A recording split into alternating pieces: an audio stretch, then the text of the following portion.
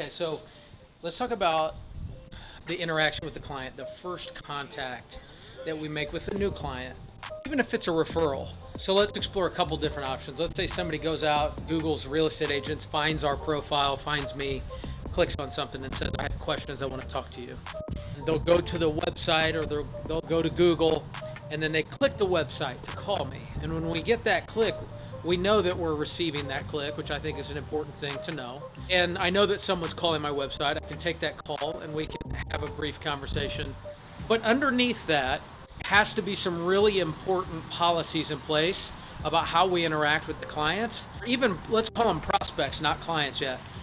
The policy is, in my office, anyone that calls my office should receive a response or get the information they're looking for within 5 minutes. Now, we're not 100% on that because we do get busy and it's not a perfect scenario, but underneath everything, the systems are built around the idea that if a consumer or even another real estate agent that we're cooperating with or another business person inquires about a property or about what we do or about a deal that we're currently working on, it's our objective to answer the call and get them the information as soon as possible.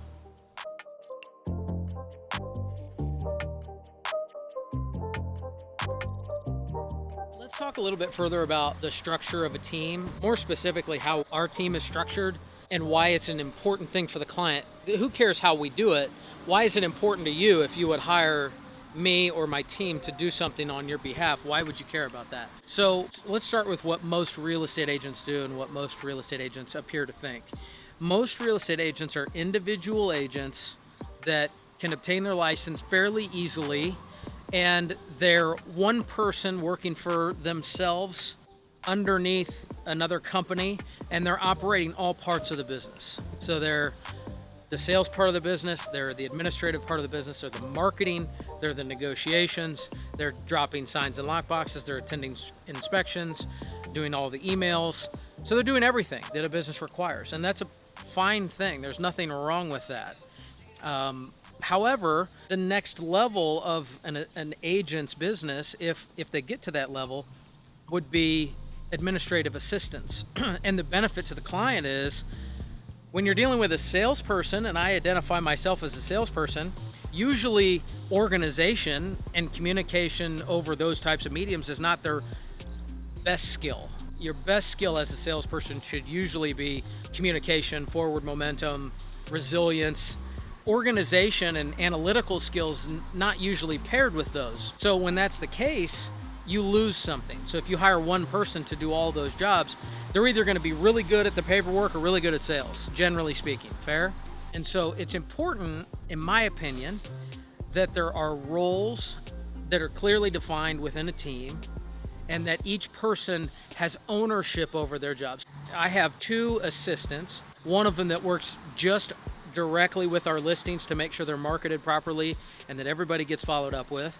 And then I have one assistant who just works on everything that's under contract to make sure that every single checkbox gets checked every day. And that's not my strength. So that's going to be different. So the next mistake that somebody would make is they would hire an assistant and then micromanage everything they do. And in that case, you're really not leveraging the team at all for the client's benefit. If I give someone on the team an opportunity to handle their role completely because they're intelligent, they know the role, they're educated, they're trained, and I'm working with them on a regular basis to make sure that they're raising the level of care for the clients, then what we have is someone who's excited, motivated, encouraged, and able to do that job at the highest level without someone over their shoulder all the time. So what the clients will report back is the people on your team are as good as you are. And what I believe is the people on the team in their roles are better than me. And that's really the reason that somebody should hire me.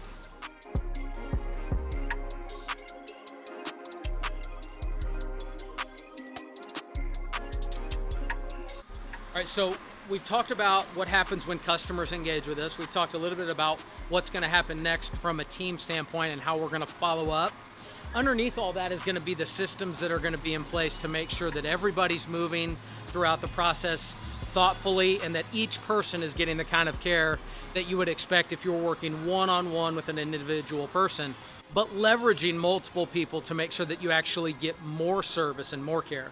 So when you hire me for a fee, you actually get 5 people that are working for you instead of one person. The next phase of that for some people is to get really big teams.